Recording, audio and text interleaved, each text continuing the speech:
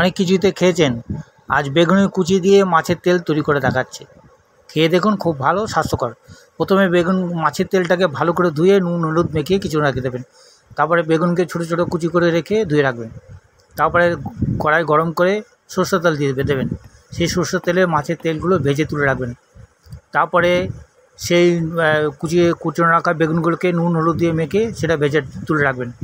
তারপরে কী করবেন, আবার গরম সরষের তেলে আদা রসুন পেঁয়াজ কাঁচা লঙ্কা কুচি করে মশলাগুলো একটু ভেজে নেবেন। যখন একটু তেল তেল বেরিয়ে আসবে তখন ভেজে রাখা মাছের তেল আর বেগুন দিয়ে নেড়ে ঢেকে রাখবেন।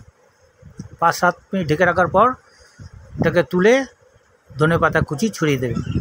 ধনেপাতা কুচি ছড়িয়ে তুলে দিলেই তৈরি হয়ে গেল সুস্বাদু বেগুন দিয়ে মাছের তেল। খেয়ে দেখুন, খুব স্বাদ। ডাক্তাররা অনেকে বলে যে মাঝে মাঝে খেলে এটা শরীরের পক্ষে নাকি খুব ভালো। আপনারা খেয়ে দেখেন, আমার তো খুবই ভালো লাগে। আমি মাঝে মাঝে গরম ভাতে সেগুলো খাই, খেতে খুব ভালো লাগে। বেগুন দিয়ে মাছের তেল করে দেখুন।